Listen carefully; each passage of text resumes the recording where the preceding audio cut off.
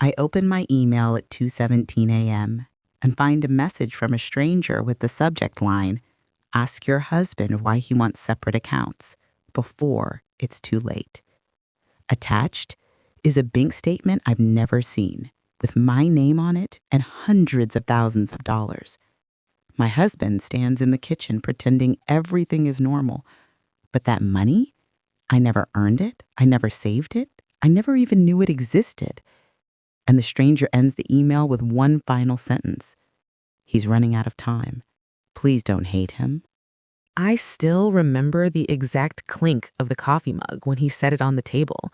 Too gentle, too careful, like he was afraid any louder sound would break something between us. Or maybe he already knew something had broken and he was trying not to notice the pieces. We were halfway through a quiet Saturday morning when he said it, almost as casually as asking me to pass the sugar. "Hey, I think we should separate our finances." Just like that. No buildup, no warning, no context. I froze. The spoon in my hand hovered in midair, milk dripping in slow motion back into my bowl. "What?" I asked, even though I heard him perfectly. He didn't repeat himself. He just nodded, almost mechanically, as if he had practiced this moment in the mirror. His face was too calm, too still. Not the natural calm he used to give me. This was rehearsed calm, forced calm, the kind of calm people wear right before they deliver bad news. My heartbeat started to pulse in my ears. Why would he say that? Why now? Why like this? I waited for a joke or a smile or some kind of explanation that would take the sting out of the words. But he just kept stirring his coffee. Slow, deliberate, circles, eyes fixed on the swirls like he was hypnotized. "Why?" I finally managed, my voice coming out thinner than I expected. He shrugged. Shrugged. "I just think it's better, cleaner. We're both adults. We can handle our own stuff." But we always handled our lives together. Bills, groceries, plans, dreams, even the tiny things like splitting the cost of a houseplant or laughing over who bought more takeout last month. This didn't match anything about us. Not our history, not our dynamic, not our marriage. The unease crawled up my spine, slow and sharp. I asked, "Did something happen? Are we in trouble financially? Did you spend something you shouldn't have? Did someone tell you to do this?" He shook his head too quickly. "No, nothing happened. Trust me." But that was the problem. The way he said it made it impossible to trust him. His eyes were tired, not physically tired, but weighed down like something invisible had been pressing on him for months. He looked at me briefly, then away, then back again with this soft, almost guilty expression I couldn't decode. "You've been acting weird lately," I said quietly. "And now this? You can't expect me not to worry." He opened his mouth, shut it again, then exhaled. "It's just something I think we should do. That's all." But that wasn't all. I knew him too well. Something was rattling inside him, something he was terrified of saying. I leaned forward. "At least tell me what made you think of it." He hesitated, just for a fraction of a second, but it was long enough to confirm everything I feared.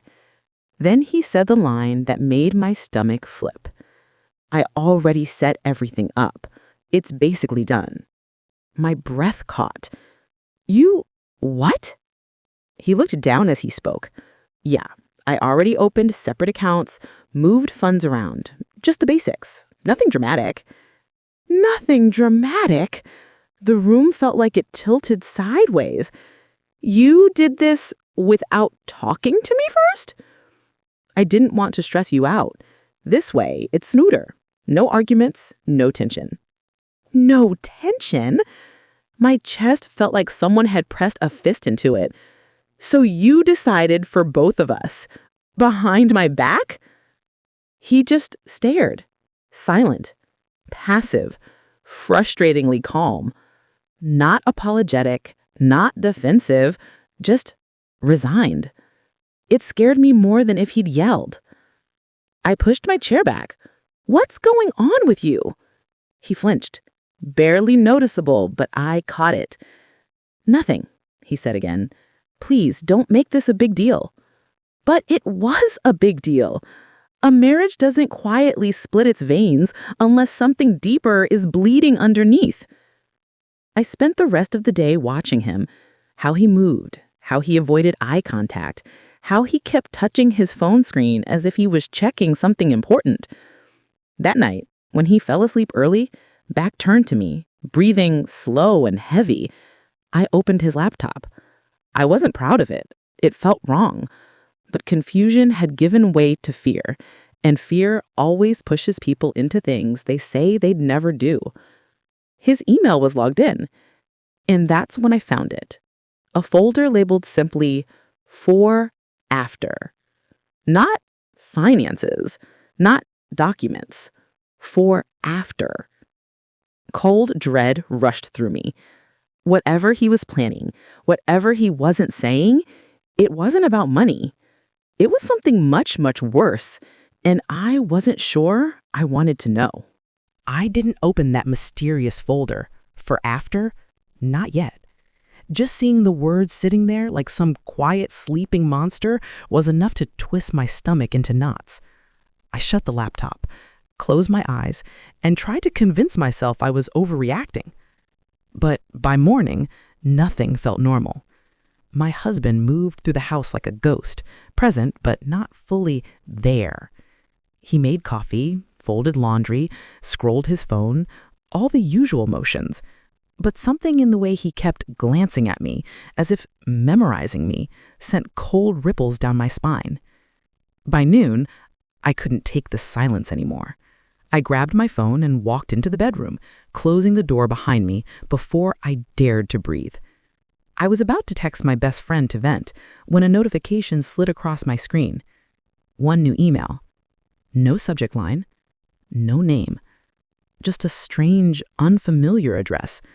My throat tightened. I opened it. Ask your husband why he wants separate accounts before it's too late. That was the first line. My heart pounded so hard I felt it in my ears. The second line was worse. This isn't about money, and it isn't about another woman. It's about you. I reread those words over and over, each time feeling my stomach sink deeper. Then I saw the attachment, a PDF with my name on it, a financial statement showing a balance I had never seen before, amounts I had never earned, deposits made monthly for over a year. By him. I didn't know whether to cry or scream. I wanted to believe this was some kind of prank, some elaborate phishing scam, anything but what it appeared to be. But the numbers, the dates, the bank name, everything was real. My hands shook as I scrolled. At the bottom of the email, one last line waited like a warning. He won't tell you the truth. Not yet. But please, don't hate him when you learn why. I stared at those words until they blurred. Betrayal burned in my chest, hot, sharp, humiliating. But beneath it was something colder, heavier. Fear. Because whoever sent this email knew us, knew him, knew details only someone close would have access to. I paced in a room in a kite circle, hugging myself, trying to make sense of it. Cheating would have been easier to process. Painful, yes, but familiar, understandable in the way terrible things sometimes are. But this? Hidden money? Emails from strangers? A folder titled "For After"? What was he preparing for? Or worse, what was he preparing me for? I went back into the living room, trying to act natural. He was sitting on the couch, scrolling his phone. He glanced up at me and smiled, the small, forced thing that didn't reach his eyes. Guilt. It was guilt. I could feel it radiating off him. I nearly confronted him right there. My lips even parted, the words forming, "Who emailed me? What is this account? What are you hiding?" But something in his expression stopped me. Not fear, not defensiveness. Sadness. A deep, hollow sadness that made my breath catch. I suddenly felt like I was standing on the edge of a cliff, about to step into a truth that would change everything. Cheating didn't make people sad like that. Cheating made them evasive, angry, defensive. This was grief. I backed away slowly, my phone clenched tight in my hand. Because for the first time, I wasn't afraid he was betraying me. I was afraid he was protecting me. From what? I didn't know, but the unknown felt more terrifying than any affair ever could. I didn't wait long. I couldn't. By the time evening settled in, the pressure inside my chest felt like a balloon ready to burst. Every time I replayed that email in my mind, the words tightened around my ribs like a vice. I watched him move around the kitchen, quiet, distracted, almost fragile, and the mix of anger and fear inside me became unbearable. I walked in, blocking the doorway before I lost my nerve. "We need to talk," I said. He froze mid-motion, fingers wrapped around a glass of water, too tightly. He didn't turn around right away. He took a shallow breath, then set the glass down with exaggerated care, as if sudden movement might shatter something. "What about?" he asked, his back still to me. "You know what about." He finally faced me, and the look in his eyes made something inside me crumble. Not guilt, not defiance. Resignation. As if he already knew this moment was coming and dreaded it. "I got an email from someone who knows about the accounts and about the money you've been moving. They said it's not about cheating, not about money. It's about me." His jaw clenched. His throat moved with a hard swallow, but he said nothing. I stepped closer. "Who sent it?" Still nothing. "Are you in trouble? Are you sick? Are you planning to leave me? What is happening?" His gaze darted to the floor, to the counter, anywhere but at me. The silence stretched so long I thought I'd scream. When he finally spoke, his voice was soft, almost too soft to hear. "It's better this way. For you." My breath hitched. "That's not an answer." He closed his eyes for a moment, exhaling shakily through his nose. "I just don't want you to worry." "Too late," I snapped, my voice breaking. "You did all of this behind my back. You changed our entire life and didn't think I'd notice?" "I was trying to protect you." "From what?" I demanded. He didn't answer. Instead, he moved to pick up the glass again, but his hand trembled. Not a tiny tremor, a full, visible shake that made the water ripple. He saw my eyes widen and immediately tucked his hand behind his back, forcing a smile that didn't fool either of us. "It's nothing," he said quickly. "Just tired." Tired doesn't make your hand shake like that. Tired doesn't make your face go pale or your breathing go uneven. I stepped toward him. "Are you sick?" He flinched subtly. "I'm fine." "You're lying." "I'm not." His voice cracked on the last word. That crack, small, fragile, painful, felt like someone had driven a needle straight through my chest.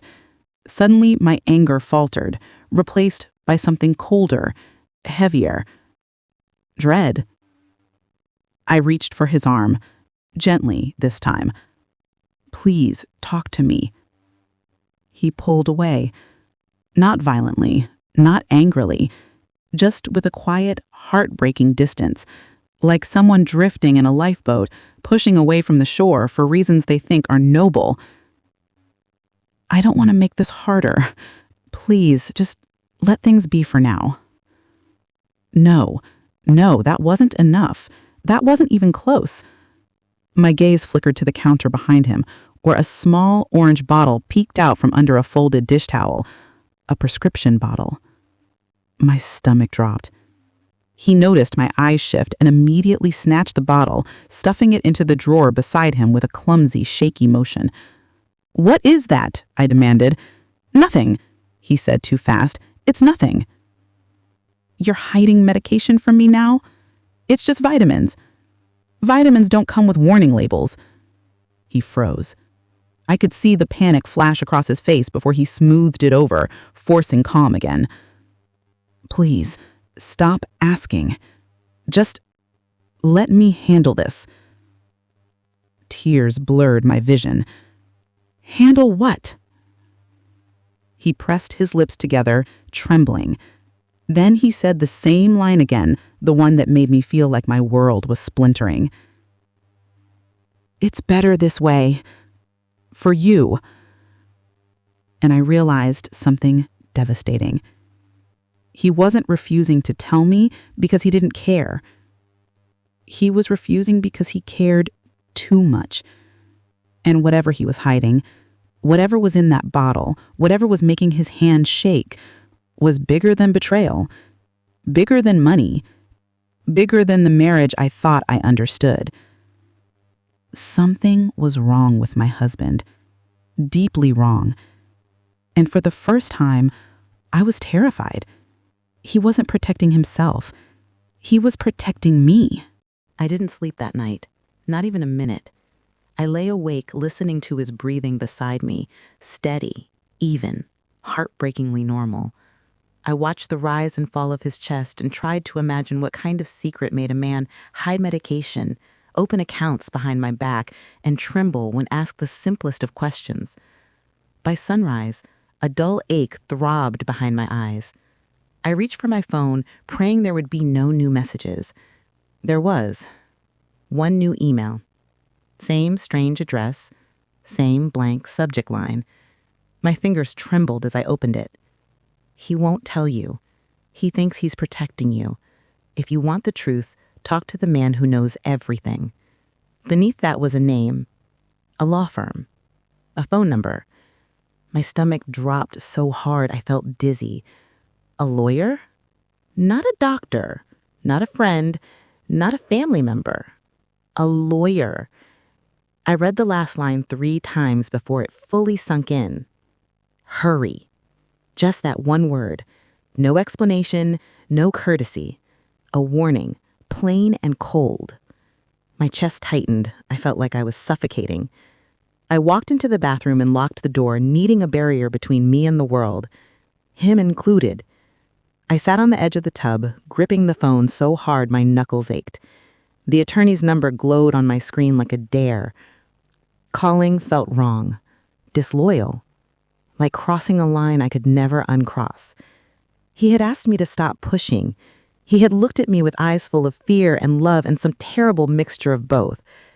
If I made this call, I would be shattering whatever fragile protection he thought he was giving me. But how could I not? How do you watch the person you love unravel piece by piece and just wait? The guilt twisted inside me until I felt sick. What if I was overreacting? What if the medication was harmless? What if the accounts were some misguided attempt at responsibility? What if the stranger emailing me was the real danger? But the shaking in his hands, the way he couldn't meet my eyes, the folder labeled "for after," those weren't coincidences. Those were signs, alarms he was trying and failing to hide. My thumb hovered over the call button. 1 tap, 1 second, and everything would change. I closed my eyes and saw him from earlier, his shoulders hunched, his voice cracking, his whole body quietly caving in on itself. Calling this lawyer felt like betraying him. Not calling felt like losing him. I took a long, shaky breath and pressed dial. The moment the line connected, I almost hung up. My heartbeat drowned out everything. The ringing, the quiet morning air, the faint sounds of my husband making coffee in the kitchen. But then, a calm male voice answered. "Law offices of Brennan and Hale. This is Daniel speaking." My mouth went dry. I was given this number. I think I need to speak with a Mr. Hale. A pause. Not a normal pause, a knowing one. "I can arrange that," the voice said. Are you his wife? A wave of cold washed down my spine. Yes. Another pause. As soon as possible, please, I whispered. He didn't ask questions, didn't request details, just scheduled me for a private meeting within the hour. I told my husband I had errands. It was the first lie I had ever told him that tasted like blood in my mouth. The law office sat in a renovated historic building downtown, quiet, polished, uncomfortably formal. I felt out of place the moment I walked in. My reflection looked pale in the elevator panel, my hands unsteady as I wiped invisible dust from my clothes. When I stepped into the meeting room, a middle-aged man in a tailored suit stood to greet me. Gray hair at the temples, steady eyes, professional calm, but beneath all of that, something softer, something like sympathy. Mrs. He said my name gently. Please sit. I sat, folding my hands to hide the tremor in them. He didn't begin with small talk. He didn't waste a second. I've been expecting you, he said quietly. My stomach tightened. Why? He exhaled, slow, deliberate.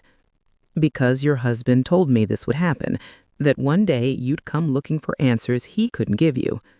The room felt suddenly smaller, air thicker, walls closer. What answers? I whispered. He folded his hands, choosing his words carefully. Your husband came to me 8 months ago. He requested assistance with specialized estate planning, specifically memory-related estate planning. My breath hitched. Memory?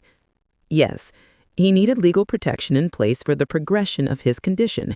He wanted to ensure you would be safe, financially, legally, emotionally as much as possible. I shook my head. What condition? He never said anything about... The lawyer's voice softened.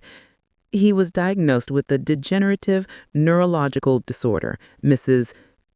He said the name of the condition long and clinical, but all I heard was degenerative, neurological, progressive. The words crashed into me like waves against a cliff. No, I whispered. No, that's not possible. He would have told me. He would have. He tried. The lawyer cut gently. He told me he couldn't bring himself to say it. He didn't want you to see him differently until he had everything in place to protect you. I felt my pulse hammering in my throat. He said you worry too deeply, the lawyer continued. He wanted to spare you as long as he could. I covered my mouth with shaking hands. Images flashed in my mind. His trembling hand, the hidden prescription bottle, his refusal to meet my eyes, his soft, exhausted voice saying, "It's better this way, for you." I felt something inside me break, not loudly, quietly, like a thin thread snapping.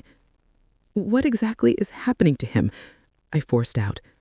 The lawyer opened a folder, the same folder he must have shown my husband, and slid it toward me. Images, medical reports, neurological scans, words I didn't want to understand. It begins with memory lapses, disorientation, difficulty recalling recent events. Eventually, it affects judgment, decision-making, emotional regulation. Later, basic functions. My vision blurred with tears. He didn't want you to watch him deteriorate. He wanted to preserve your love for him, not replace it with fear or pity. I shook my head violently. He isn't a burden. He should have told me. He should have... I told him the same, the lawyer murmured. But he insisted this was the only way to protect you from the early stages. He believed he had time, a year, maybe more, enough to prepare everything, enough to pretend life was normal. A shudder went through me. Is this why he separated our finances? Yes, he needed to move assets into protected accounts, ones you would legally control without contest, especially if cognitive decline compromises his decision-making. I pressed my palms against my forehead. My breath quivered. Everything made sense now, but it didn't make the pain any smaller. The lawyer's voice softened further. He loves you more than himself. He made that clear every time he met with me. This was never about leaving you. It was about ensuring you'd never lose everything when he, eventually, loses himself. A sob escaped me. Quiet, raw, involuntary. For the first time since the nightmare began, the truce had a shape. My husband wasn't betraying me. He was disappearing, piece by piece, memory by memory, moment by moment, and he was trying to shield me from the storm by stepping into it alone. I wiped my tears, breathing through the devastation. "I need to see him," I whispered, because now that I knew the truth, nothing could keep me from fighting for him, even if he believed the fight was already lost. I don't remember driving home. I remember gripping the steering wheel so hard my fingers went numb. I remember the lawyer's voice echoing over and over, like someone had pressed repeat inside my skull. He didn't want to scare you. He wanted to protect you from what's coming. But mostly, I remember feeling like the world had tilted sideways. When I walked into the house, everything looked normal. Shoes by the door, his jacket on the chair, the faint scent of his coffee. The life we built, still standing, still calm.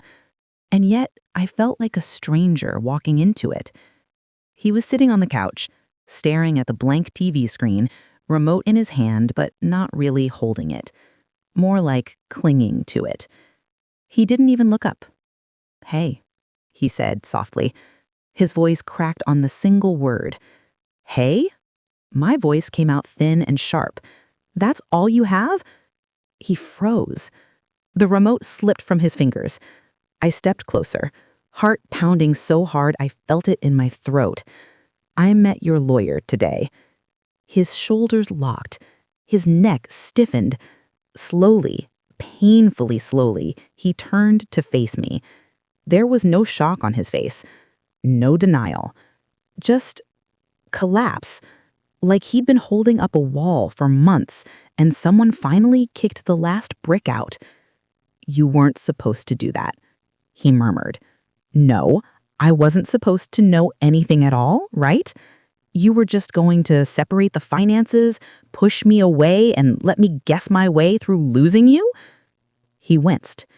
There it was. Guilt, fear, and something else. Grief. I didn't want to see it. I didn't want to understand it. I wanted to be angry. Anger felt safer. "Why didn't you tell me?" My voice cracked as the anger finally fractured. His eyes glistened. "Because I didn't want you to watch me disappear." The room tilted. My knees went weak, and I sank onto the coffee table like my bones gave up on holding me. He took a shaky breath. The diagnosis isn't just about memory. It's everything. Coordination, mood, judgment, eventually even knowing who you are. I felt something inside me tear. A slow, deep rip. "And the finances?" I whispered. He closed his eyes. "Because the last thing I want is for my mistakes, my future mistakes, to ruin you, or drain you, or make you resent me. That's not how marriage works," I choked. "It's how my future works." His voice was barely more than a whisper. "I'm going to change. I'm already changing. I didn't want you tied to a sinking ship." Sinking ship? I stood so fast, he flinched. "You're my husband, not a burden, not a financial liability, not some problem to isolate and hide." He looked down at his trembling hands, flexing and curling them like he could command them to behave. They said the tremors would get worse, and the confusion. Do you know how many times this week I've had to reread the same email because I forgot what it said halfway through? My breath hitched. "I didn't want you to see me like this. I didn't want you to stay because you felt obligated." A tear slipped down his cheek. Then another. And then he was crying, full, shaking sobs he tried to stifle behind his hands. Seeing him like that shattered me in ways I didn't know possible. Because this wasn't betrayal. This wasn't secrecy out of selfishness. This was fear. Raw, desperate fear. I knelt in front of him, grabbed his hands, trembling, warm, familiar, and forced him to look at me. "I'm not leaving. Not now. Not when you're scared. Not when you need me. Not ever. His face crumpled. He leaned forward, forehead against mine, breath shaking like he was trying to memorize the moment. "I didn't want you to stay for the hard part," he murmured. I swallowed the lump in my throat. "I married you for all the parts." His sog hit my chest more than my ears, and in that moment, the fight dissolved, the secrets dissolved, the financial lies, the coldness, the distance. It all made sense. Painful sense. But there was one more truth we hadn't touched yet. The anonymous emails, and the person who knew more about him than I did. I didn't sleep that night. I lay next to him, listening to his breathing, steady, then uneven, then steady again, as if even his lungs were unsure of their own rhythm. Every few minutes, his fingers twitched against the sheets, small tremors, harmless now, threatening later.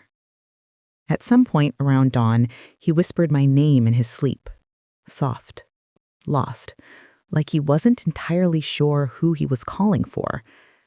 That was the moment something in me hardened. I needed answers, real ones, not half-truths to protect me, not soft versions designed to spare my feelings. I needed the full story. By noon, I was back in the lawyer's office. He seemed to expect me.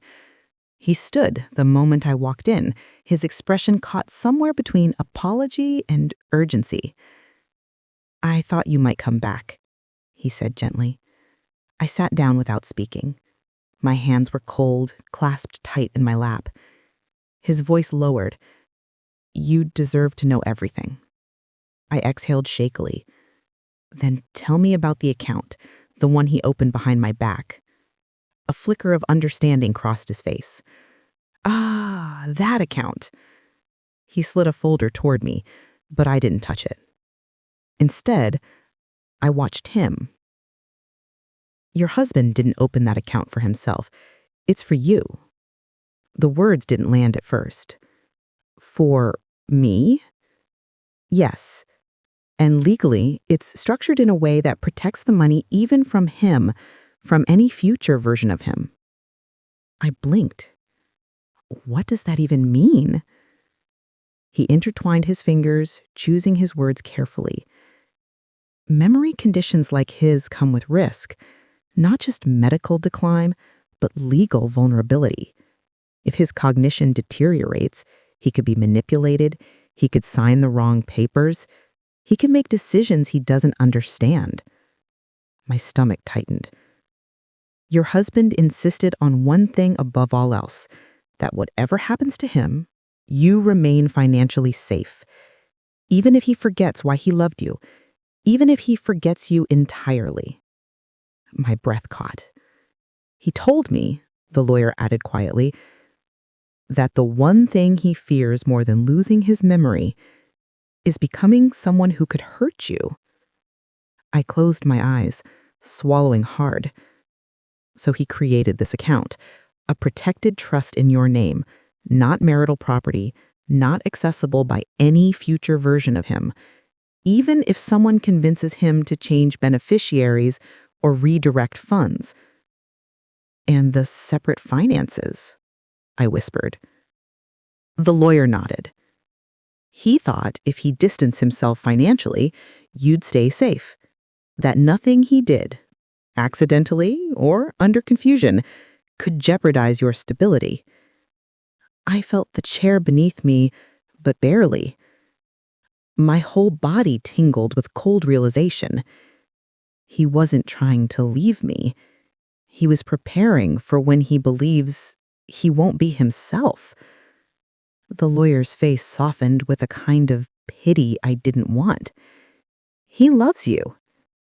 Deeply. Enough to plan for the day he can't remember how to. I pressed a hand to my mouth, fighting the sting behind my eyes. All this time, I had been afraid he was hiding something from me, when really, he was hiding himself from his own future. Why didn't he tell me? I murmured. Because, the lawyer said, in his mind, this is the only way to protect you from both versions of himself, the man he is now and the man he fears he'll become. I sat back, breath uneven. The anonymous messages, the accounts, the distance, it all fell into horrifying, heartbreaking alignment. He wasn't pushing me away to cheat. He wasn't lying to cover something shameful. He was building walls around me so his future self couldn't break me. And yet, someone out there knew all of it. Someone who kept emailing me. Someone who hadn't revealed themselves. The next twist rose like a shadow behind my thoughts.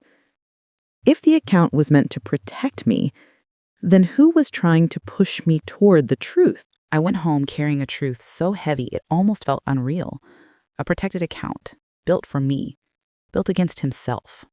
Built so that if he forgot me, if he signed something dangerous, if someone manipulated him, our life wouldn't collapse.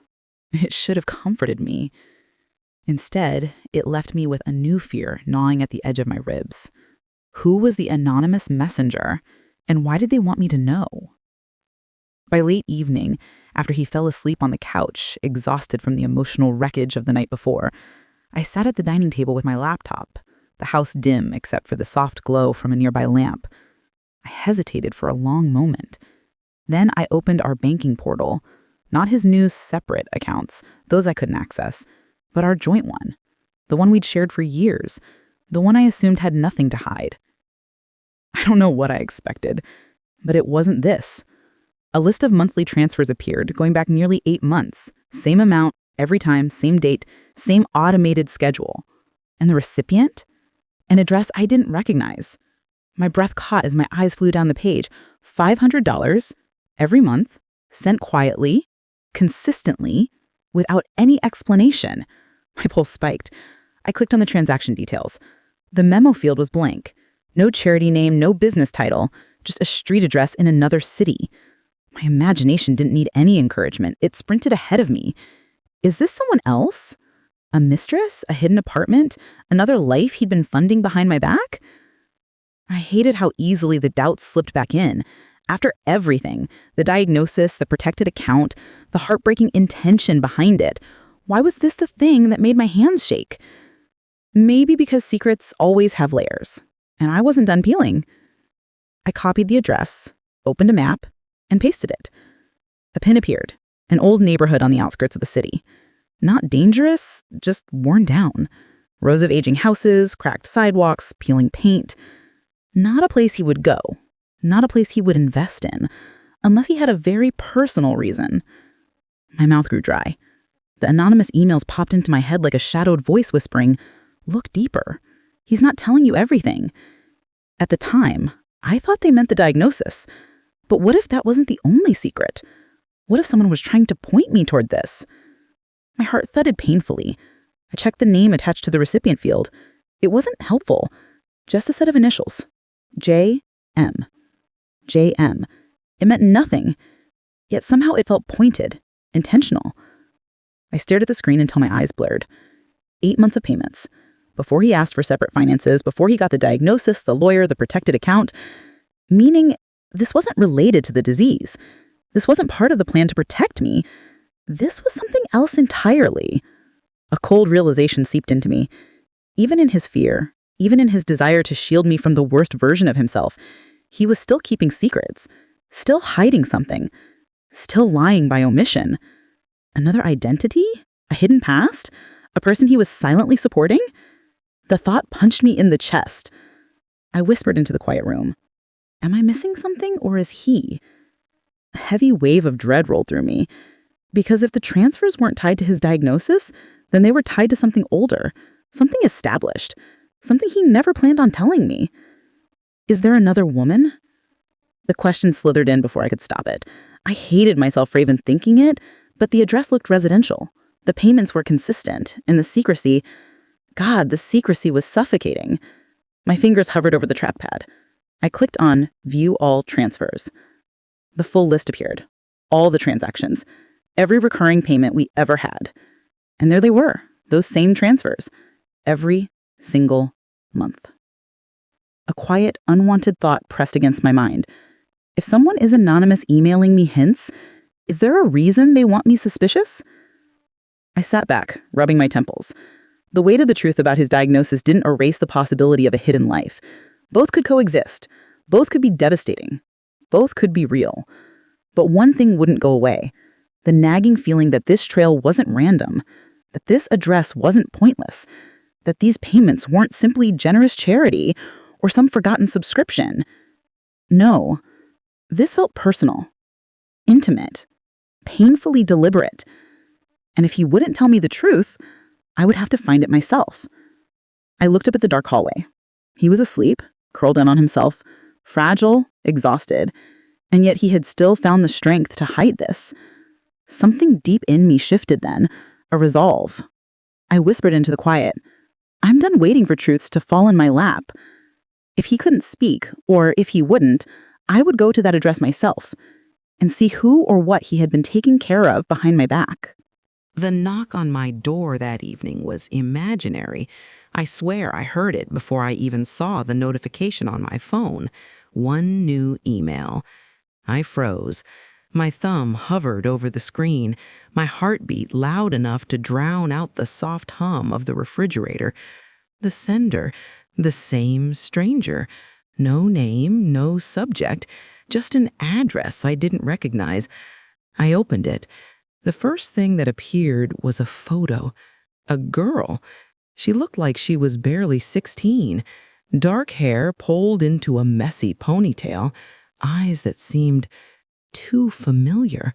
Eyes that made my chest tighten. The kind of eyes that carry a secret pain, even if the smile is forced. And below the photo, a short caption. She deserves the truth, too. I stared at the image, my stomach twisting. The fear I'd been holding back, financial secrets, hidden accounts, unexplained transfers, morphed into something new, a sharp, twisting knife of suspicion. My mind raced. Is this his daughter? I swallowed hard.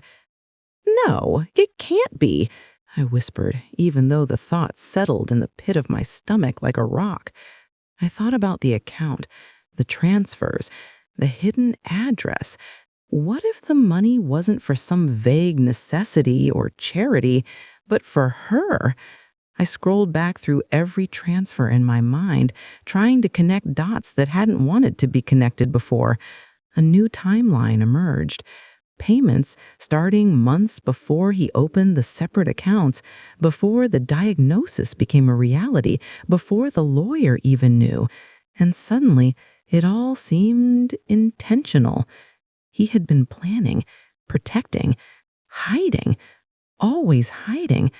And now this girl, the realization hit me like a punch. What if he's been hiding a child from me, a life I never knew existed? My hand shook. I gripped the edge of the table as if it could anchor me to reality. I pictured him, my husband, my fragile, trembling husband, carrying this secret, supporting a teenager behind my back, perhaps loving her in ways I would never know. Perhaps keeping her existence from me not out of malice, but in some twisted idea of protection. My chest tightened. Why would he hide this from me? Why would he let me believe I was the only one he cared for? Or worse, why would he let me suspect the worst? I wanted to confront him. I wanted to ask. I wanted answers, clarity, anything to make this less like standing on the edge of a cliff and staring into darkness. But I didn't, because the fear was bigger than the anger, because I wasn't sure I could handle the truth if it came straight from his mouth. Even now, after the diagnosis, after the accounts, after everything, he still held power over the secrets I had no right to touch. I stared at the photo until my eyes ached.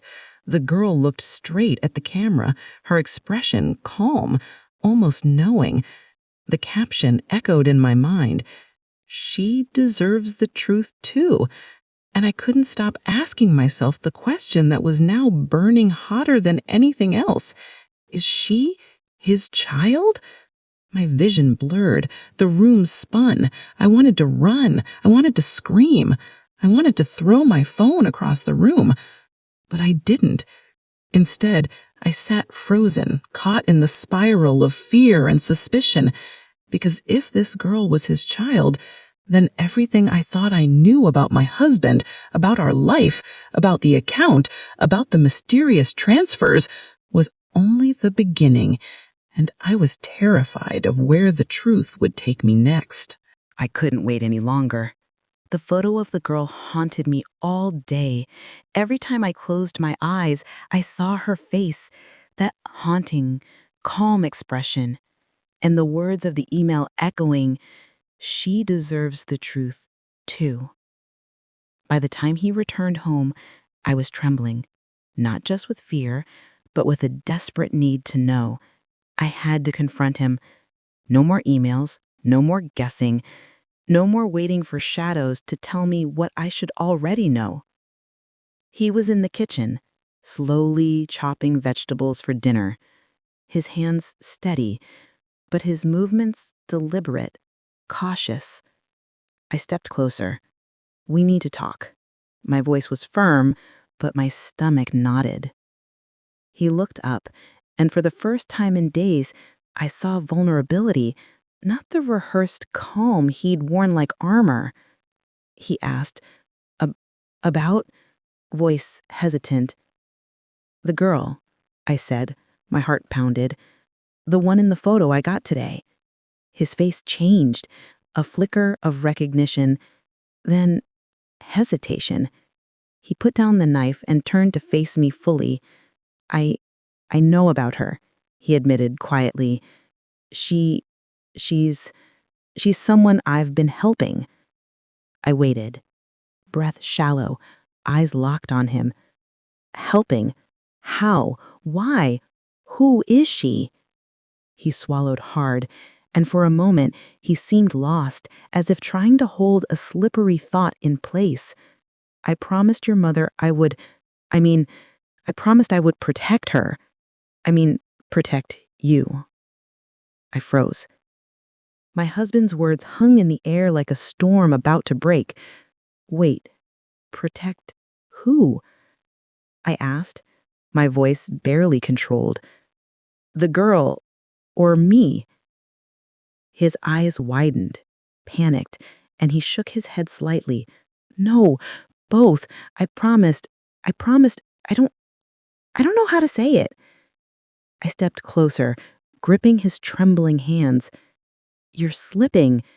Your memory. It's worse than you told me." He closed his eyes, pressing his forehead to mine. I can't keep track of time. Days, weeks, months.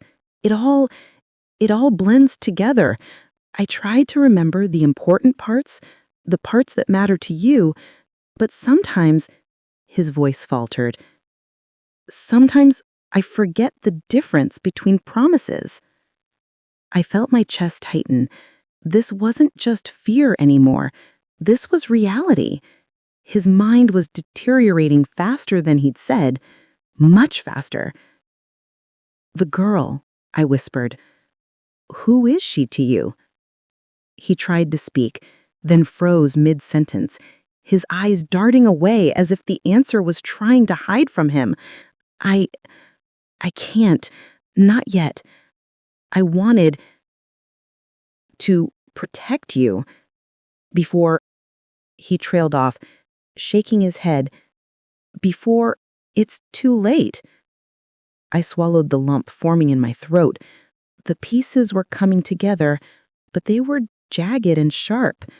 The accounts, the transfers, the secrecy, they weren't just about his diagnosis. Some of it was about her. "And the money?" I asked softly, almost afraid of the answer. "The transfers?" He looked down, his hand trembling against mine. She She needs help. I I promised. I didn't want to take anything from you or leave you vulnerable. That's why the accounts. I thought I was protecting you both. I realized then, with a chill that crept up my spine, that everything he had been trying to shield me from, the fear, the chaos, the unknown, wasn't just about him. It was about someone else. And he couldn't even hold the timeline straight anymore. I reached up, cupping his face, forcing him to look at me. You can't keep this all inside anymore. Not when your mind is changing this fast. We need help. All of us. He blinked at me, and for a moment, the confusion in his eyes gave way to something like understanding. But even as he nodded, I saw it. The glimmer of the timeline slipping again. The promise meant for someone else, tangled with the promise meant for me. I whispered, "We'll face it together, but you have to let me in before it's too late." He leaned against me, shaking, whispering my name like a lifeline, and I realized our lives were about to change faster than I could have imagined. The truth about the girl, the accounts, and his deteriorating mind, it was all coming out now, and I had no choice but to face it. The next morning, I couldn't sit still. Every step in the house felt like walking on glass. I made breakfast, cleaned the counters, did laundry, but my mind was elsewhere, circling back to that photo. The girl, the transfers, the emails, the chilling sense that our lives were more tangled than I had ever imagined. I knew I couldn't wait any longer. I had to find her. I traced the bank transfers again, copying the address into my phone, then double-checking the map. It wasn't far, just a quiet street in a sleepy neighborhood, the kind where kids rode bikes and neighbors waved from porches. But the calmness of the street made my stomach twist. Every step toward that house felt like stepping into a storm. I drove in silence, gripping the steering wheel so tightly I thought I'd leave fingerprints in the leather. The neighborhood looked ordinary, almost peaceful, but I knew what hid beneath the ordinary, the unknown, the secret, the truth I had to face. I stepped out of the car, heart pounding, each footstep toward the door heavy, as if I were carrying the weight of months of secrets. I rehearsed what I might say, what I might ask, but every plan fell apart the moment I approached the door. I raised my hand, hesitated. My knuckles brushed the doorframe, took a deep breath, knocked. Seconds stretched like hours. And then the door opened. A girl, young, fragile, cautious, dark hair tied back, wide eyes scanning me from head to toe. She froze the moment our eyes met. You look just like the woman in the old pictures," she whispered. The words hit me like a thunderclap. I blinked. Old pictures? She nodded slowly, eyes filling with tears she didn't know how to hide. "Mom, my mom, she has pictures of you. You're her twin, aren't you?" My chest tightened, my hand shook. I, I don't understand. Her gaze flicked to the side, then back to me. My dad, he always said I should know the truth. He said one day you'd come. He said you'd look like the pictures. I felt my knees go weak. I stepped back, gripping the doorframe. He told you about me?" She nodded again. "Not everything, just enough. He said you'd help him keep me safe. He said you were the only one he trusted." A lump formed in my throat. Every worry, every fear from the past weeks, the hidden accounts, the mysterious emails, the transfers, suddenly converged in this small, fragile girl standing before me. "I don't know what to say," I whispered. She looked down at her shoes, then back at me. You don't have to say anything. I needed to see you. I needed to know you're real, that he's not lying, that someone remembers my mom too." My chest ached in a way that made me shiver. Tears threatened, but I blinked them back. I finally whispered, "I remember him.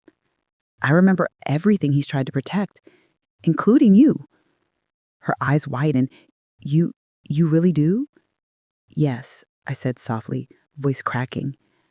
I do. For a long moment, we just stood there, two strangers bound by a man who had spent his life keeping secrets to protect both of us. And in that quiet, the weight of dread lifted slightly, because for the first time, I felt a fragile thread of connection, something real, something living, something he had always hoped we would find. But even as relief washed over me, the truth lingered like a shadow. We were only beginning to untangle the full story. The girl stepped aside, motioning me into the small living room. The air smelled faintly of lavender and old paper. Sunlight filtered through lace curtains, dust motes floating like tiny ghosts in the quiet room. I could hardly breathe. She perched on the edge of the couch, wringing her hands, her eyes searching mine as if she were measuring how much I could handle. I need to tell you everything, she whispered, because your husband, he wanted you to know before it was too late. I nodded, gripping my knees. My heart pounded so loud it felt like it could crack my ribs. Everything, I repeated. I can handle it. Her lips pressed together, and for a long moment she didn't speak. Then, in a rush, the words tumbled out. You and I, we share the same mother. My brain froze. My mouth opened, then closed, then opened again. I felt like someone had kicked the air out of me. What? I whispered, my voice hoarse. She nodded slowly. Your mother, the one in the pictures, the one you've never really known, she's mine too. She's yours too. You were adopted, remember? I shook my head in confusion and disbelief. Pieces of my past, a blankness, the gaps, the memories that never felt like mine, stirred uncomfortably in my mind. The fragments I'd always shoved aside suddenly formed a pattern I couldn't ignore. You were adopted? I echoed, though part of me already suspected. Yes, she said softly, but it's more than that. There's a reason your memories are incomplete. Trauma, early separation. He found out when he started researching your family history, your mother's medical records, your adoption papers. He learned things you couldn't have known, and he realized there was another child connected to you. The room spun. I sank into the chair beside her, gripping the armrest. I don't remember my mother. I don't remember much before. Everything feels foggy, blank. Her eyes glistened. That's why he wanted to protect you. All those hidden accounts, the transfers, the distance, it wasn't just about him or his diagnosis. It was about uncovering your history safely, without shocking you. He wanted to make sure you'd be prepared for the truth, slowly, carefully. That's why he reached out to me, and why he built the accounts for you, to stabilize everything while you found out who you really were. I swallowed hard, tears threatening. My mind reeled, piecing together months of confusion, the accounts, the transfers, the strange emails, the mysterious girl, and now this. You mean he knew all along that we were connected? I asked, voice trembling. He did. That's why he wanted you to find me when the time was right. He said we needed to know each other, and he said you'd need to understand your past before it got too complicated with everything else. I buried my face in my hands, rocking slightly. Memories I didn't have surged as questions. Why do I feel like I've always known her face? Why are there holes in my childhood memories? Why did my husband keep everything so meticulously hidden? It's not just about me, the girl said gently. He wanted you to know that the mother you thought you lost, she didn't abandon you. Circumstances forced them apart, but she's our mother. And he knew that when you learned the truth, you'd need someone to guide you through it. I lifted my head, staring at her. The resemblance was undeniable. The curve of her chin, the set of her eyes, the faintly familiar shape of her nose. A mirror of someone I never truly met. My mind raced. The husband I loved, the fragile man trembling with every secret, had uncovered all of this. Not just my medical or financial needs, not just his own diagnosis, but my family, my history, my very identity. I don't know what to say, I whispered, voice cracking. She reached over, gently taking my hand. It's not wrong. It's just incomplete. And now finally it's coming together. He wanted you to have the chance to see the whole picture, to understand who you really are and who we are together. I felt a tear slip down my cheek. A mixture of grief, disbelief, and something almost like relief surged through me. All the gaps, all the missing pieces, all the secrets, they were starting to form a picture. A picture my husband had risked everything to protect. And now, standing in this small, sunlit living room with a girl who shared my blood, my mother, and my past, I realized the journey he had started was far from over.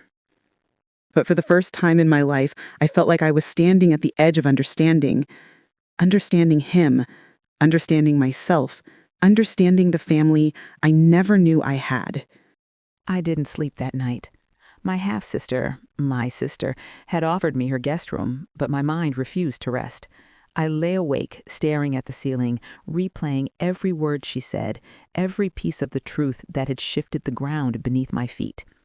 By morning, I felt hollowed out, brittle, carrying a silence that seemed too heavy for my chest. When the lawyer called and asked if I could meet him immediately, I didn't hesitate. I needed answers, not another half-revealed truth, not another layer of secrets built with good intentions. I needed everything. His office felt colder this time, too polished, too quiet, too purposeful. He gestured for me to sit, his expression unreadable, compassion hidden beneath professional restraint. "I know yesterday was overwhelming," he began slowly, "but there's more you need to understand before your husband's condition progresses further." My stomach tightened. More? He opened a thick folder and slid it toward me, but didn't let go. His fingers held the file in place as if to steady me. "Your husband didn't just find your biological sister.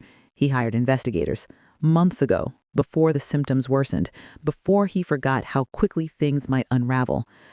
I blinked, trying to absorb the weight of it. "Investigators for what?" He said, "For your past, for your mother." A single breath left my lungs, shaky and thin. "My mother, the one I don't remember. He found her?" "Yes," the lawyer said quietly. "He found everything he could, records, medical files, and her journals." My fingers trembled as he finally released the folder. I didn't open it. I couldn't. Not yet. "What did they say?" I whispered. He leaned forward, voice softened with understanding. "Your biological mother died young, much younger than she should have, from a neurological disorder almost identical to the one your husband has." My heart stilled. For a moment, I forgot how to breathe. "She had it too? The same illness?" "Yes," the lawyer said quietly. "That's why your husband sought answers. He wanted to know if your symptoms could appear one day, if you might be at risk. He didn't want to scare you, not until he knew the full scope." I felt the world tilt. My hands gripped the arms of the chair. So all this time, all the secrecy, the accounts, the transfers, the hidden meetings, it wasn't about him hiding something from me. "No," the lawyer said. "It was about him preparing for all of you, your future, and the girl, your half-sister. He was trying to protect everyone before he lost the ability to." My throat ached with emotion. Tears burned behind my eyes. "He read your mother's journals," the lawyer continued, "over and over. He was tracing patterns, trying to understand the genetic links, the probabilities, the progression of the illness. He was terrified that losing his memory would leave you unprotected if you ever faced the same battle." I closed my eyes, grief swelling painfully through me. My husband, The man who had lied, concealed, pushed me away, had done it all because he feared losing me. Not emotionally, not romantically, but physically, medically, fatally. The realization cut deeper than any betrayal ever could. "What about the girl?" I asked after a long moment, my voice barely audible. The lawyer sighed, folding his hands. "Your mother's journals talked about her as well. Her second child, the life she tried to secure before her illness took everything. Your husband believed that if your mother couldn't protect her, maybe he should." My breath shook. He felt responsible. "He was responsible," the lawyer said softly. "In his mind, he was stepping into the role your mother couldn't finish. He wasn't choosing one of you over the other. He was choosing both. And he wanted to make sure she, your sister, never ended up lost in the system the way you did." I felt the tears spill finally, hot and unstoppable. My husband hadn't been living a double life. He'd been honoring two, his own, and the woman who came before me. "So, he knew," I whispered, staring down at my shaking hands. "He knew everything before I did, about my family, my mother, my health, my risks, and he didn't tell me because he thought I couldn't handle it?" The lawyer hesitated, then he shook his head. "No," he said.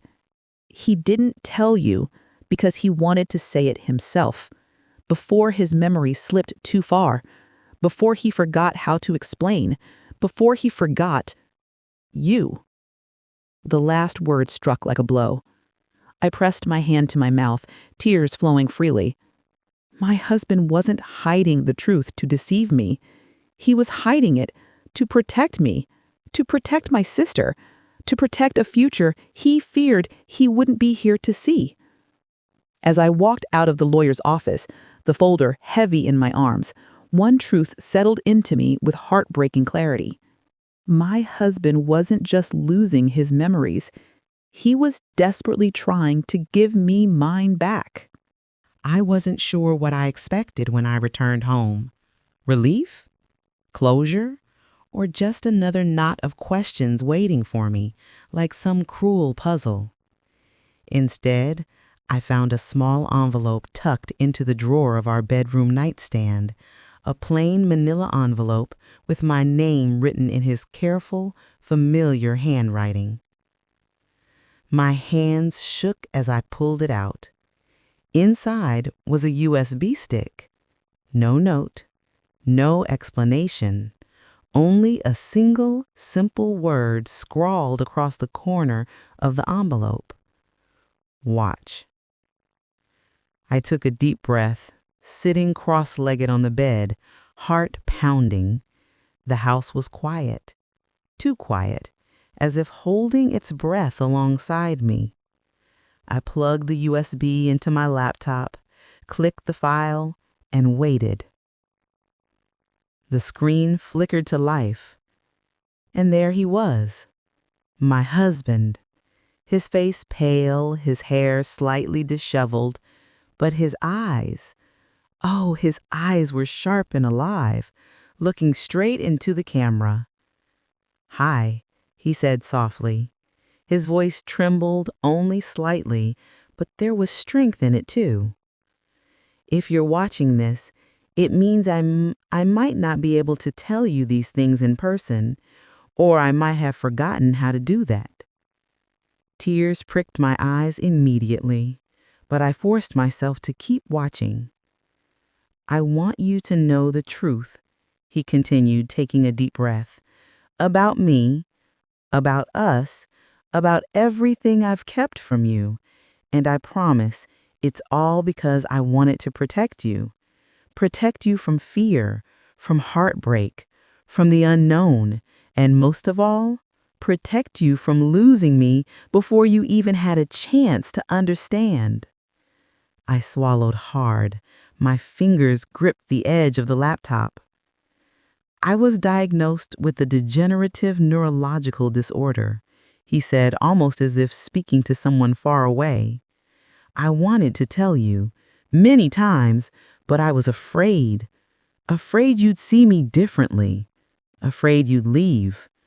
Afraid of watching me disappear while still loving me.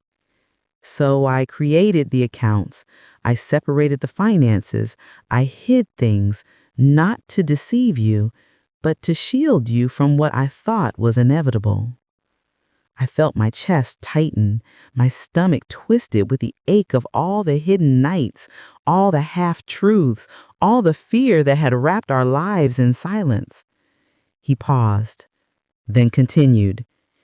"And then there's your past, the gaps in your memory, the questions you've always had about your mother, your childhood, why some things feel missing.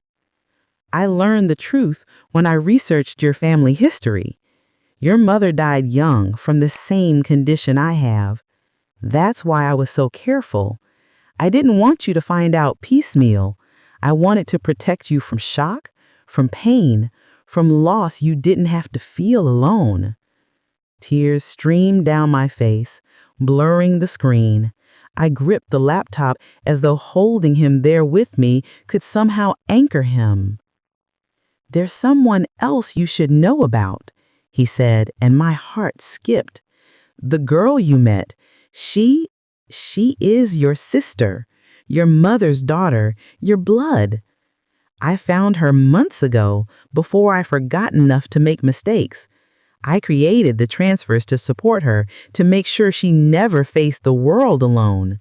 She deserves the same protection I want for you, and you deserve to know her exists, to know her mother, to know your own history." I pressed my hands to my mouth, choking back a sob. "And the accounts I opened, the money I saved," his voice broke slightly. "It was never for me. It was for you, for your safety, for your future, for when my memory fails and I can't be the man you fell in love with. I wanted to make sure, no matter what happens, you're never left without stability, without choice, without protection, because I love you.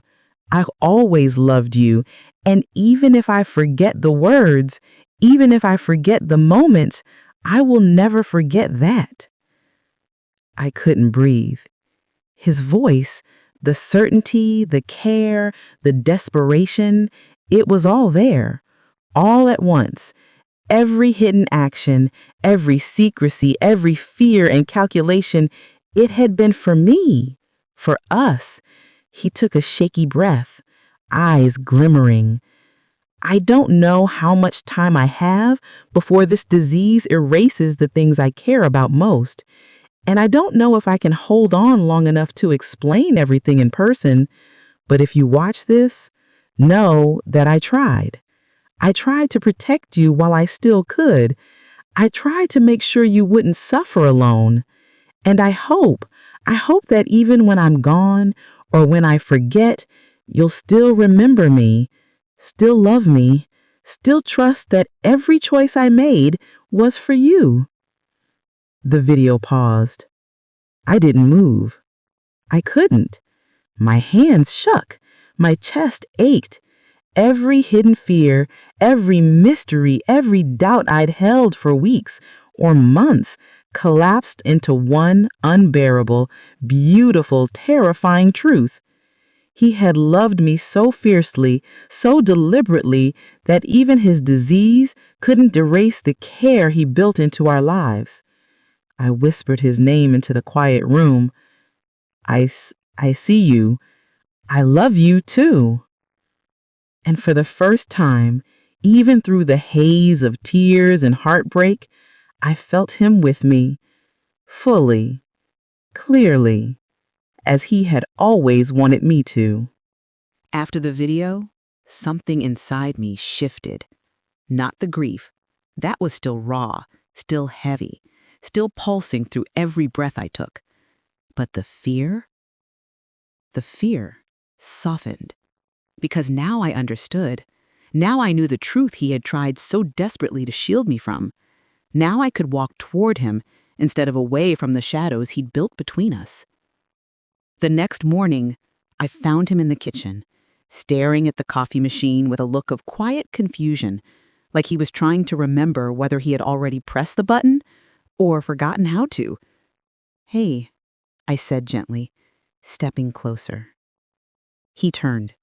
For a second, just a heartbeat, I saw recognition flicker in his eyes, then relief, and then something almost like fear, softened by love. "You're here," he said. "I'm here," I whispered, touching his cheek, "and I'm not going anywhere." He didn't ask how much I knew. He didn't ask about the lawyer, or the girl, or the video. Some part of him must have remembered the preparations he made, the truths he left behind like breadcrumbs. Another part of him must have known the time had come. Those days became something sacred, a fragile peace before the inevitable storm. I bought a thick, leather-bound journal, deep brown, soft edges, the kind of book made for stories that needed tenderness. "It's for us," I told him as we sat together on the couch. "A memory journal, something we can build together, something we can look back on if you ever need reminders." He held the journal like it was something holy, like he wasn't sure he deserved it. "Will you help me?" he asked quietly. "Always." The first pages were filled with the simple things: how we met at a mutual friend's wedding, how he spilled champagne on his tie because his hand shook when he asked me to dance, how he took me for late-night drives just to listen to my voice when I talked about the books I loved. He remembered most of these, some with perfect clarity, others with pauses, hesitations, small gaps I gently filled in without making it obvious. We wrote slowly, and between the sentences, I memorized him, the curve of his smile, the way he twirled the pen without noticing, the faded scar on his chin from when he fell off his bike as a kid. I tucked every detail into my mind like I was storing light. One afternoon, he forgot how old he was. Another day, he forgot the pin to his phone. And once, he looked at me with a flicker of uncertainty, as if his brain needed an extra beat to place my face. Those moments sliced through me like cold wind, but I forced myself to breathe. Because there was still good moments, still laughter, still afternoons where he rested his head on my shoulder and told me he loved the way I smelled of vanilla and sunlight. We took small trips to places we'd always meant to go, but never had time for. A quiet lake an hour away, a farm with apple trees heavy with fruit, a little bakery we stumbled on by accident, where he insisted on buying a whole box of pastries because future us will thank me. We took photos, not posed perfect ones, but soft, candid moments. His arms around me, my head on his chest, our hands intertwined on a picnic blanket. We glued one into the journal. "Let's make sure we don't forget this," he said each time. And I smiled, even when my heart ached. There were days he was more present than others. Days when he laughed easily, when he remembered stories before I said them, when he held me tightly as if he knew time was slipping through his fingers. And there were days when he drifted, quiet, distant, lost in thoughts he couldn't hold on to. Those days hurt the most. Watching him search for words, watching his eyes flicker with embarrassment, watching him try to cover his confusion so I wouldn't worry. But I always touched his hand, squeezed gently, and reminded him, "We're okay. You're okay." And I meant it, because as long as we had moments he could still recognize my voice, still smile at my touch, still lean into me when he was overwhelmed, I was grateful. These were the final good days, the ones we both knew we would cling to, the ones we wished would stretch on forever. One night, as I wrote the date at the top of a fresh page, he rested his head on my shoulder and whispered, "Thank you for staying." I kissed his forehead. "I will always stay." He closed his eyes, a faint smile forming. He said, "I'm not scared anymore." And for the first time, in a long time, neither was I. Because even though the darkness was coming, we were meeting it together.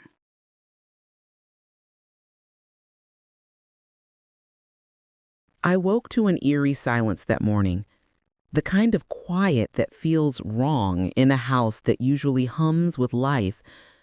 I shuffled into the bedroom and saw him sitting on the edge of the bed, staring blankly at the floor. "Good morning," I said softly, careful not to startle him. He looked up.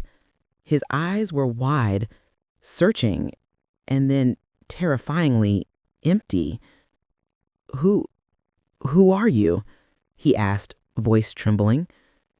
My chest tightened so much it hurt to breathe. My knees went weak and I had to sit beside him to keep from falling. "It's me, your wife," I whispered, my hand trembling as I reached for his. He blinked slowly, as if trying to focus, and shook his head. I don't know you." I felt a cold, suffocating weight settle over my chest. Everything we'd shared, the laughter, the trips, the memory journal, the last few months of fragile, beautiful days, it was gone for him, erased in a single moment. I tried to reach him, to pull him closer, to touch something familiar in the fog of his mind. "It's okay," I said softly, fighting the lump in my throat. "I'm here. It's me. I love you. We've been together for years." He shook his head again, confusion sharpening into fear. I don't remember. I don't know what this means." Tears streamed down my face. I had to steady my breathing, had to focus on the smallest thread of hope I could find. The memory journal. I grabbed it from the bedside table. "Maybe this will help," I said, voice breaking. I opened to the first page, hands trembling, and began reading aloud. "We met at a friend's wedding. He spilt champagne on his tie because he was nervous to ask me to dance." His eyes flickered. Just a tiny, fragile glimmer. Recognition. I continued, page by page, story by story, reading every word we had written together. The trips, the late-night talks, the laughter, the quiet moments of comfort. And then it happened. He stopped, his hand reaching for mine as if drawn by an invisible thread. His eyes met mine, and for the briefest second, there was him, my husband, the one who had loved me so fiercely, who had tried to protect me in ways I was only just beginning to understand. I remember this," he whispered, trembling. I remember you. I remember us." Tears flowed freely now. I clutched his hand to my chest, feeling the fragile warmth of his memory tethered back to me. "Yes," I sobbed. "It's us. Always us." But I knew it wouldn't last. The disease was winning, gnawing at his mind slowly but relentlessly. Moments like this, fleeting glimpses of the man I loved, were temporary victories. We held each other for a long time, both of us knowing that in a few hours, maybe tomorrow, the clarity might vanish again, that he might wake up and see me as a stranger once more. And yet, in this moment, fragile and heartbreaking, he remembered. I whispered against his hair, my voice choked with emotion. "Even if you forget, I'll remember, always." He nodded faintly, eyes closing, leaning against me, trusting me in the only way he could. The sunlight filtered through the window, soft and golden, illuminating the pages of our journal, the threads of our life woven together on paper. Even if the mind forgets, love, Love remains. And that truth became our lifeline on the day he forgot me. The day the lawyer came to our door, my hands were trembling before I even opened it. He didn't speak at first, just held out a small envelope, thicker than any letter I had seen from him before. My heart dropped. "I'm so sorry," he said softly. "He wanted you to have this, once he was gone." I took the envelope with shaking hands, clutching it like it was the last piece of him left in the world. I didn't open it immediately. I couldn't. I just sat on the couch, staring at it, feeling the weight of its silence pressing into my chest. Finally, I tore it open. Inside was a single sheet of paper, his handwriting unmistakable, each letter perfectly formed, deliberate, yet fragile, like him. I unfolded it, and my eyes scanned the words he had left behind. "My love. If you are reading this, it means I have already faded from the world you know me in. I wish I could have held on to every memory, every laugh, every day with you. I wanted to remember everything, but my mind would not let me. I tried to protect you. I tried to protect us. Every secret, every hidden account, every letter, every message, it was all for you, so you could live, so you could know the truth safely, so you could find her and understand the family I discovered too late to explain properly. I wanted to see you happy, even when I could not remember the smallest details. I wanted you to know my love in ways that words might never reach." And then I saw it. The line that made my chest constrict, that stole the air from me and left me raw. I wanted to leave before our love faded from my mind, not from your heart. I dropped the letter. My hands trembled uncontrollably. My chest ached and tears blurred my vision. I fell forward onto the couch, hugging the paper to me as if holding it could hold him back, even for a moment. Every memory, every moment we had shared, the good days, the final fragile days, the laughter, the tears, flooded through me, sharpened by the knowledge that he had consciously chosen to leave before the disease could erase his love for me. He had loved me until the very last of his clarity. He had planned his departure with the same care he had used to protect me, to protect us. Even in leaving, he had thought of me first. I could hear his voice in my mind, soft and steady, the one I would never forget. "I love you. Always." I clutched the letter to my chest, rocking slightly, whispering back to him through the pain, through the tears. "I love you too. Always." The world outside continued, indifferent to the heartbreak that filled the room. But inside, I held him. I held his love, his intentions, his life's careful design to protect me. And even though he was gone, even though he had forgotten me in the cruelest way possible before leaving, he had left me one last gift: the certainty that love, once true, never fades from the heart. I pressed the letter to my lips. I whispered, "I'll remember, forever." And in that quiet, I knew I would. The house felt emptier without him, yet somehow fuller too. Every corner carried a memory, every object a whisper of the life we had built together. Fragile, beautiful, fleeting, but ours. The girl, my half-sister, became the center of my world. She was timid at first, hesitant, unsure how to navigate the loss she didn't fully understand either. But together we found a rhythm, me guiding her, supporting her, helping her grow into the person my husband had wanted her to be, the person he had fought to protect even from afar. We cooked together, studied together, and sometimes, late at night, we just sat quietly, sharing stories of him. The stories made her laugh and made me cry, and somehow, in that strange mixture, our grief began to heal.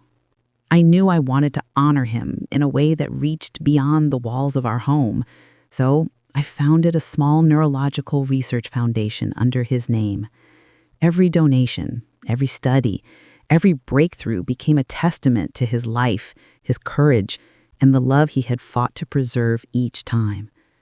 And each time I saw a child or a family benefit, I felt him beside me, proud, gentle, watching as the work he had started continued. At night, I always returned to his journal.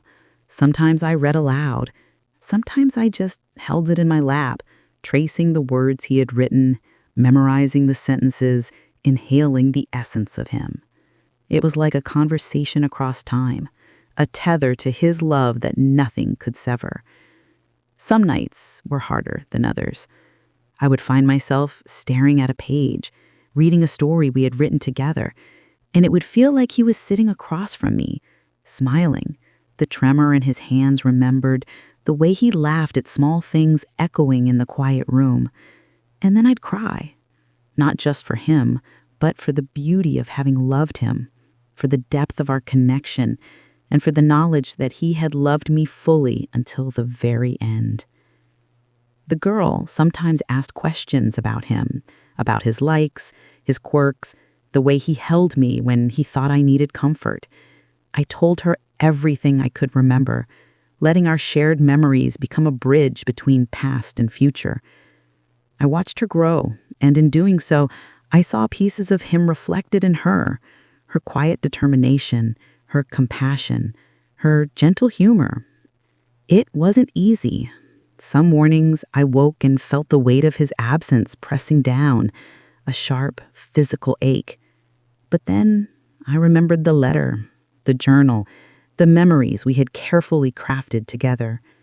I remembered his love, unwavering even as his mind faltered, and I knew I had to keep going, not just for me, not just for the girl, but for the legacy he had entrusted to me.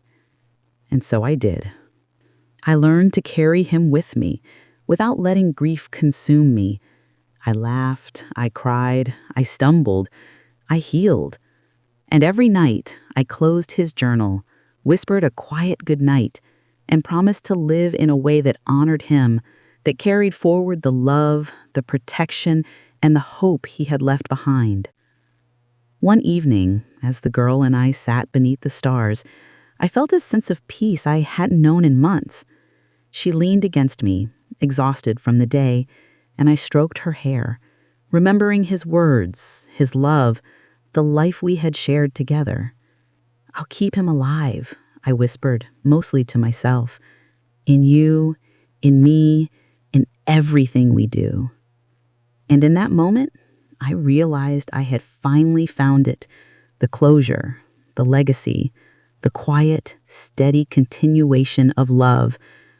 A new beginning had arrived, fragile but real, and this time I could embrace it fully. In the end, tell me that. Would you stay if your partner hid something this big to protect you? Your voice helps this channel grow and brings more life-changing stories to people who need them. And if you want the next chapter or a connected story, subscribe and ring the bell. We've only just begun.